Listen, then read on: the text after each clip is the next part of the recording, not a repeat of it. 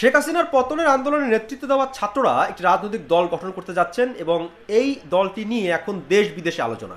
দেশের গণমাধ্যম তো বটেই, আন্তর্জাতিক গণমাধ্যমেও তাদের নিয়ে খবর প্রকাশ হচ্ছে তাদের এই রাজনৈতিক দল গঠন নিয়ে। কিন্তু শুরুতেই এই দলটির একটা বড় ভুল কিন্তু আমাদের চোখে পড়ছে এবং এই ভুলটি তাদেরকে বেশ ভোগাতে পারে। এবং শুধু বড় ভুল বললে ভুল হবে, এটাকে ভয়ঙ্কর একটি ভুল বলা যেতে পারে। এখনও অবশ্য সেই ভুল শোধরানোর সুযোগ তাদের সামনে আছে। মূলত এই ভুলটি নিয়ে আছে কথা বলবো, তার আগে একটু প্রেক্ষাপট উল্লেখ করে নেই। আপনারা অনেকেই অবগত আছেন যে নাহিদ ইসলাম ছাত্র আন্দোলনের নেতৃত্ব দেওয়া সামনের সারির মুখ এবং তিনি নতুন এই রাজনৈতিক দলের নেতৃত্ব দেবেন এবং এখন পর্যন্ত তার নামটি চূড়ান্ত। যদি নাটকীয় কিছু না হয় তাহলে তাকেই এই দলটির নেতৃত্ব দিতে দেখা যাবে এবং এই দলের আত্মপ্রকাশ উপলক্ষে সব ধরনের প্রস্তুতিও নেওয়া হয়েছে। রাজধানীর মানিক মিয়া এভিনিউতে বিপুল জনসমাগমের মধ্য দিয়ে এই দলটি আত্মপ্রকাশ করতে যাচ্ছে। অনেকগুলো ছোট ছোট ভুল এই নেতারা করে ফেলেছেন, কিন্তু এরপরও এখন পর্যন্ত মোটামুটি তাদের পদক্ষেপ বা তারা যেভাবে এগোচ্ছে সেটা ঠিকই আছে, এটা ধরে নেওয়া যেতে পারে। এবং নাহিদ ইসলাম তথ্য প্রতিষ্ঠা থেকে পদত্যাগ করেছেন এবং খুবই গুরুত্বপূর্ণ একটি মন্ত্রণালয়, এবং এই মন্ত্রণালয়ে তিনি সফল না ব্যর্থ এরকম একটি আলোচনাও এখন বাজারে আছে। সত্যি বলতে একটু ধ্বংসস্তূপের মধ্যে দাঁড়িয়ে কিন্তু এই অন্তর্বর্তীকালীন সরকার দায়িত্ব নিয়েছে। মন্ত্রণালয়ের প্রধান মানে তিনি একজন প্রশাসক, সেই হিসাবে ছাত্রনেতা হিসাবে একেবারে তরুণ বয়সে এত গুরু দায়িত্ব পালন করতে গিয়ে কিছু ভুল ত্রুটি বাদ দিলে কিছু অর্জনও আছে। এর মধ্যে একটি হচ্ছে যে আমরা অনেকেই জানি ডিজিটাল নিরাপত্তা বা সাইবার নিরাপত্তা আইনের মতো যে সংক্রান্ত যে আইন ছিল সেই আইনটি বাতিল করা হয়েছে এবং এই আইনের কিন্তু অনেক ভুক্তভোগী। শেখ হাসিনার তার পুরো মেয়াদে এই আইনের অবরোধ করে কিন্তু ভিন্নমত দমনের ক্ষেত্রে এই আইনটি সবচেয়ে বেশি ব্যবহৃত হয়েছে এবং এখনও এই আইনে অনেকে সাফার করছেন। তো সেই আইনটি বাতিল করা কিন্তু একটা বড় পদক্ষেপ বলতে হবে এবং তথ্য মন্ত্রণালয় এক্ষেত্রে একটা বড় ভূমিকা রেখেছে। নাহিদ ইসলাম যদি চাইতেন তিনি কিন্তু এই সরকারের পুরো মেয়াদেই তথ্য মন্ত্রণালয় সহ একাধিক মন্ত্রণালয়ের দায়িত্ব নিয়ে পুরো মেয়াদই শেষ করতে পারতেন এবং সত্যিকার অর্থে একটা মন্ত্রণালয়ের শীর্ষ পদে থাকা এটা অনেক বড় দায়িত্ব এবং অনেক ক্ষমতারও একটা জায়গা। সেই জায়গা থেকে ছেড়ে দিয়ে তিনি নতুন একটি রাজনৈতিক দলের চ্যালেঞ্জ নিচ্ছেন। এই ঘটনা বাংলাদেশের রাজনৈতিক প্রেক্ষাপটে খুব একটা দেখা যায় না। মানে আপনি একটা বড় দায়িত্ব ছেড়ে একটি কঠিন আর একটি দায়িত্ব নিচ্ছেন। এখন এটা খুবই সাধুবাদ পাওয়ার যোগ্য যে তারা নতুন একটি রাজনৈতিক দল করছেন এবং আমি আমার অনেক ভিডিওতেই বলেছি যে বাংলাদেশের রাজনীতি মূলত কলুষিত এবং এই কলুষিত রাজনীতি যদি ঠিক করতে হয় তাহলে নতুনদের এগিয়ে আসতে হবে। অর্থাৎ পুরনো যে ব্লাড, সেই দূষিত ব্লাডকে পরিষ্কার করার জন্য নতুন ব্লাড, ছাত্রদের এই যে অংশগ্রহণ এটাকে আমি নতুন ব্লাড হিসেবে দেখছি। এখন তারা সেই পুরনো ব্লাডের সঙ্গে মিলে বা মিশে তারা কলুষিত হয়ে যাবে কিনা, দূষিত হয়ে যাবে কিনা সেটা সময় বলে দেবে। কিন্তু নতুন নতুন নেতৃত্ব, শিক্ষা দীক্ষা আছে এমন ছেলেপেলেদের এই রাজনীতিতে যুক্ত হওয়া এটা বাংলাদেশের জন্য অত্যন্ত জরুরি, বাংলাদেশের ভবিষ্যতের জন্য অত্যন্ত জরুরি।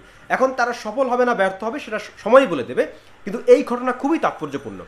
আমি শুরুতে বলেছিলাম যে ছাত্ররা দল গঠন করবে, এটা খুবই ইতিবাচক দিক এবং শুধু একটি নয় অনেক দল হওয়া প্রয়োজন, নানান মত পথের দল বাংলাদেশের রাজনীতিতে প্রয়োজন, যারা বাংলাদেশের নাগরিকদের সামনে ভোটের সময় যাতে অপশন থাকে, দেশকে নেতৃত্ব দেওয়ার জন্য তারা যাতে নতুন নতুন প্ল্যান নিয়ে হাজির হন। বাংলাদেশ অনেক পিছিয়ে আছে এবং এই যে তথাকথিত উন্নয়নের কথা বলি আমরা, এগুলো কিন্তু অনেকটাই কাগজে কলমে, বাস্তবে এর কোনো এগুলো দেখা যাচ্ছে না।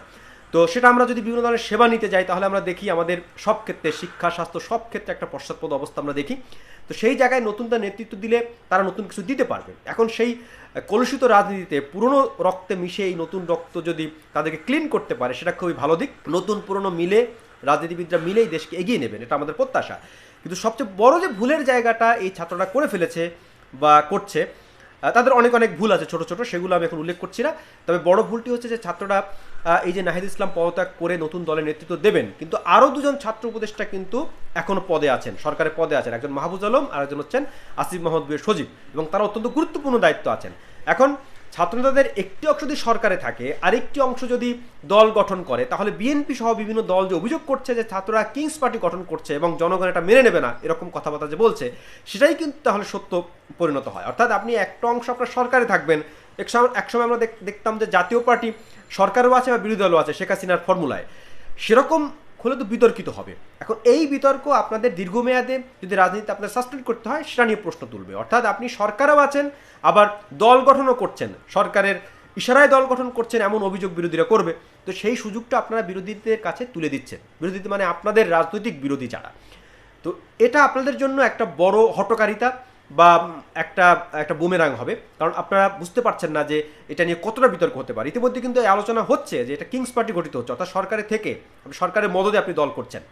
তো এসব বিষয়ে আপনাদেরকে বিতর্কিত করবে। ছাত্রদের বাকি দুজন যারা আছেন আপনারাও পদত্যাগ করবেন, করে আপনারা পুরোদমে রাজনৈতিক দলে অংশগ্রহণ করুন। এটা অনেকেই চায়, ব্যক্তিগতভাবে আমিও চাই, কারণ আমি চাই যে নতুন নতুন নেতৃত্ব গড়ে উঠুক বাংলাদেশের ভবিষ্যতের জন্য এটা জরুরি। এবং এক্সিস্টিং যে দল আছে বিএনপি সহ সব দল, সেই দলেও নতুন নতুন নেতৃত্ব আসুক, তরুণরা আসুক, এভাবেই বাংলাদেশ এগিয়ে যাবে।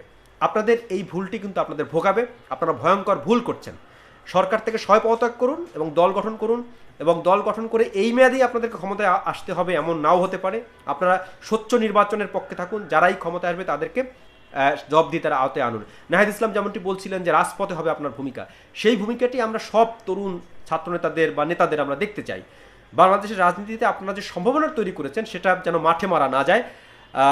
এ দফায় না হোক, আগামী 5, 10, 20 বছর পরও যদি নতুন কোনো রাজনৈতিক দল বাংলাদেশে নতুন কিছু নিয়ে আসতে পারে ক্ষমতায়, সেটা খুবই বাংলাদেশের জন্য ভালো হবে। আমরা আশা করছি যে আপনারা ভুল করবেন না এবং ভুল থেকে শিক্ষা নেবেন।